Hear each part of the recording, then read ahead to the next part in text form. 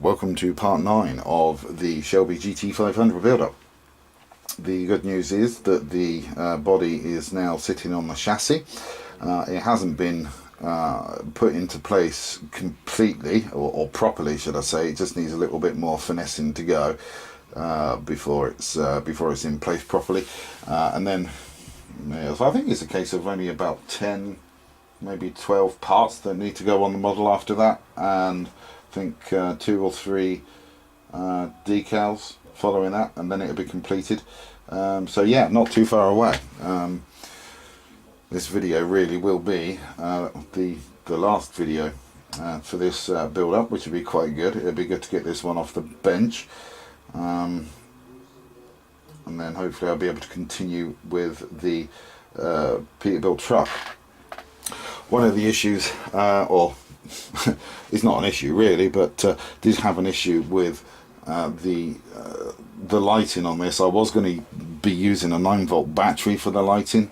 Unfortunately, the 9-volt battery could not cope with the amount of SMDs and LEDs that are in this vehicle. I think there's just too many for a 9-volt battery to use. I mean, we've got 6 SMDs in the rear tail lights. We've got 2 SMDs in the front lights themselves. So that's the 2 front lights and also the side lights as well.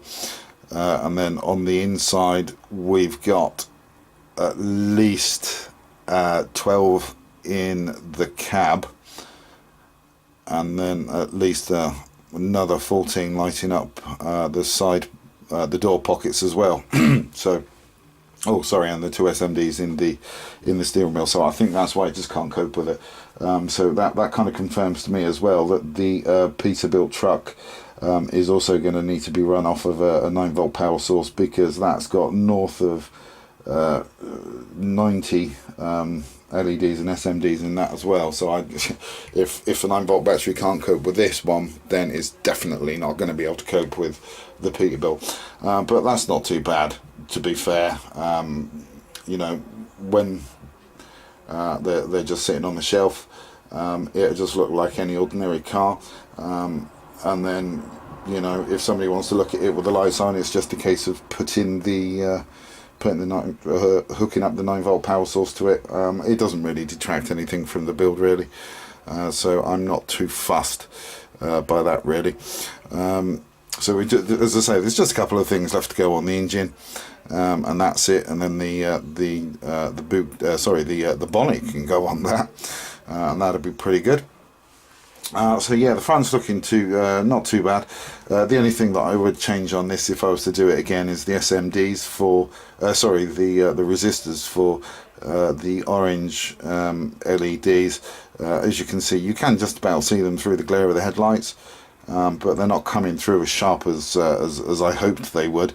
But you know, again, as I say, if I was to do another one of these builds, that would be something that I would look at a bit closer. Something that you learn every time you build a particular model. You learn something from it, which you can then take to the next one.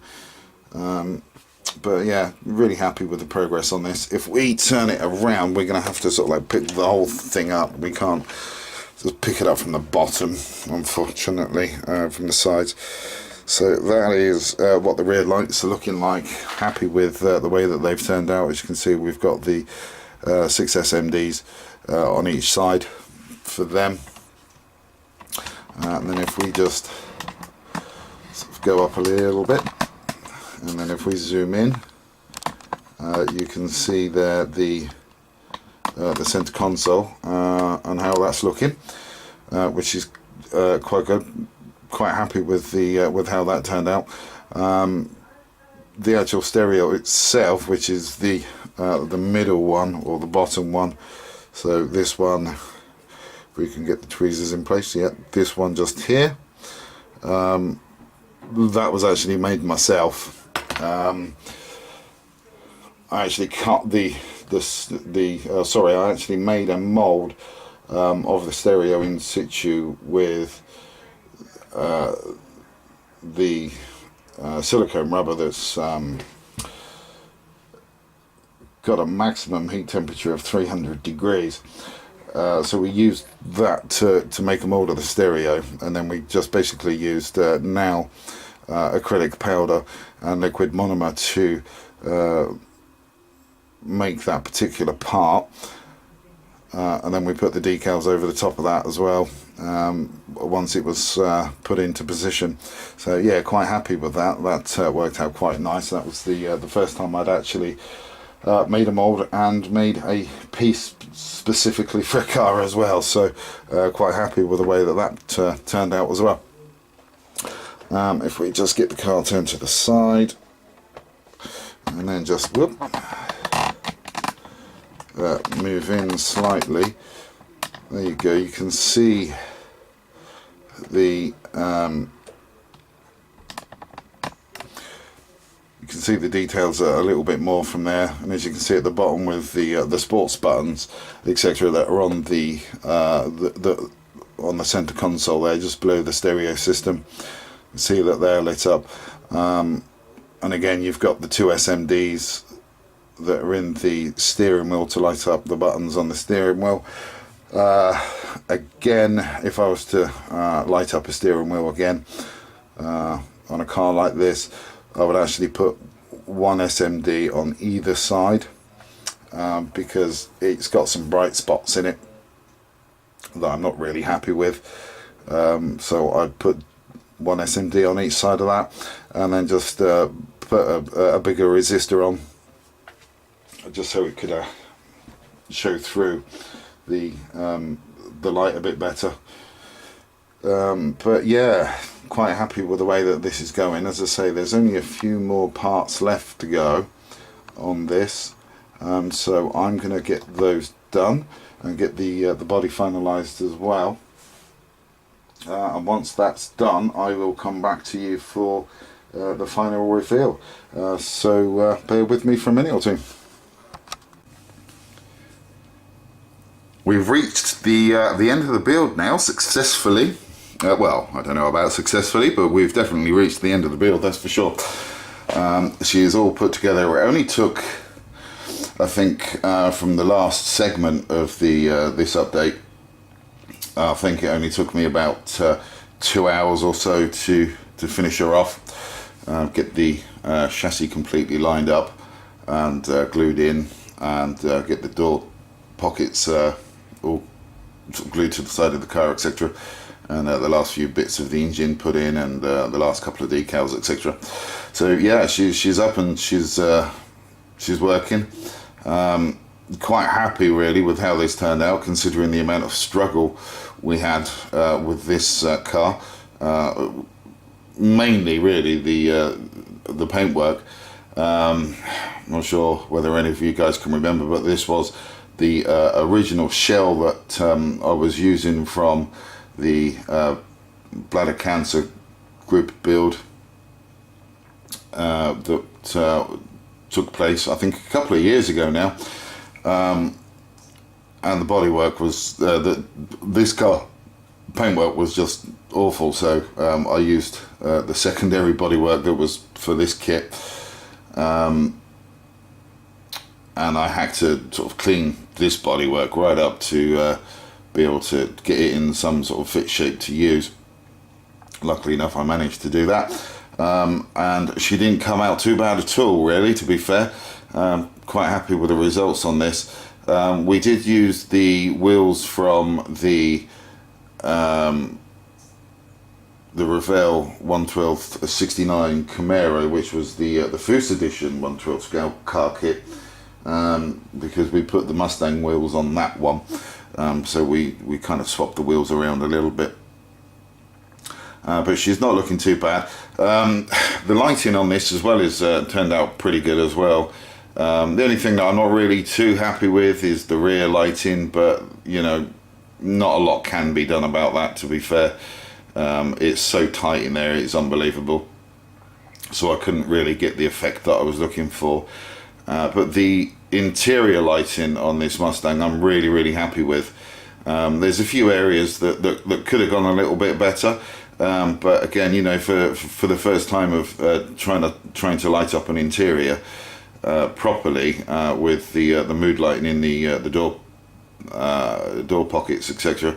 You know, yeah, it's turned out pretty well, and it's the first time lighting up a steering wheel as well, so you know, quite happy with that too. So without further ado, let's get some lights on. We just need to put the power on for this one because it is plugged into the wall. So that's what she's looking like. Well, that's the side view. If we just turn around, we can actually pick her up by the roof now because she's all in. So let's see if we can get a shot. There you go, that's what she's looking like from the front end.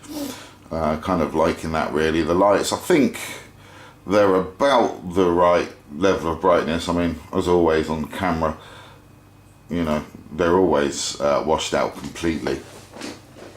Nothing you can do about that. Let's just bring her around so we can see what the back end looks like.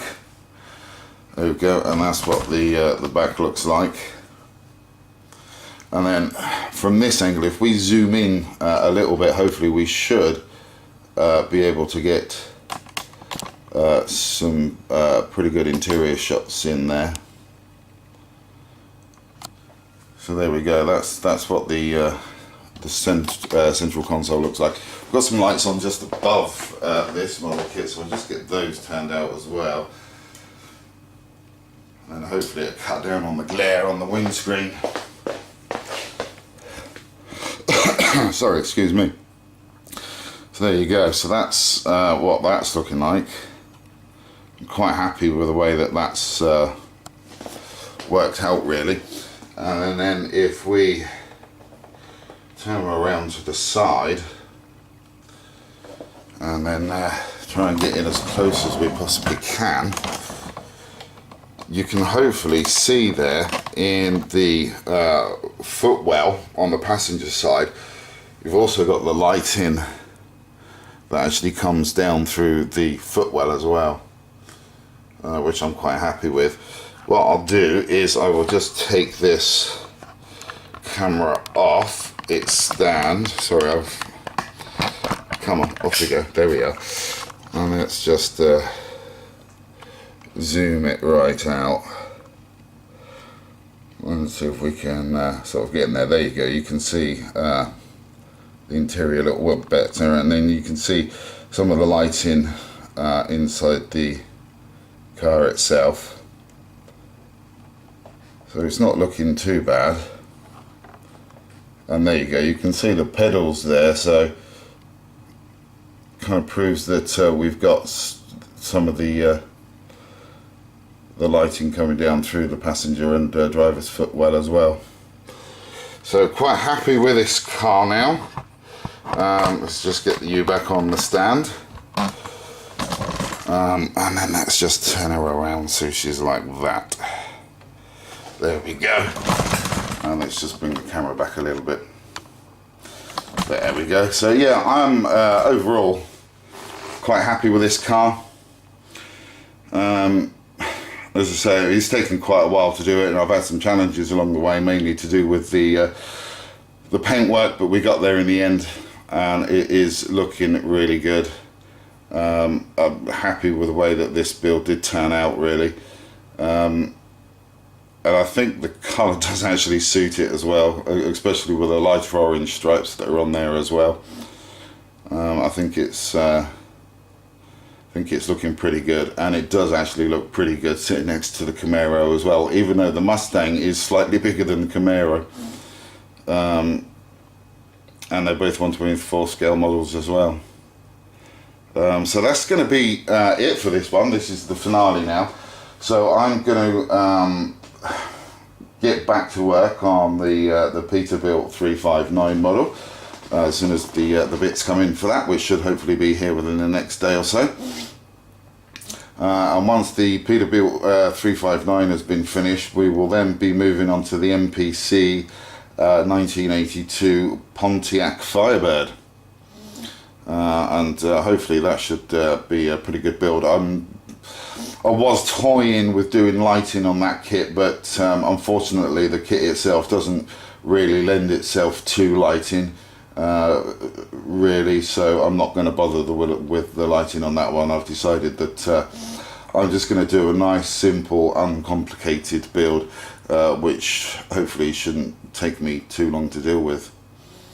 Yeah, that's about it for now, guys. So thank you for watching, and thank you for subscribing. Thank you to my new subscribers that I've had just recently as well. It is much appreciated. So until the next video, guys, please do take care.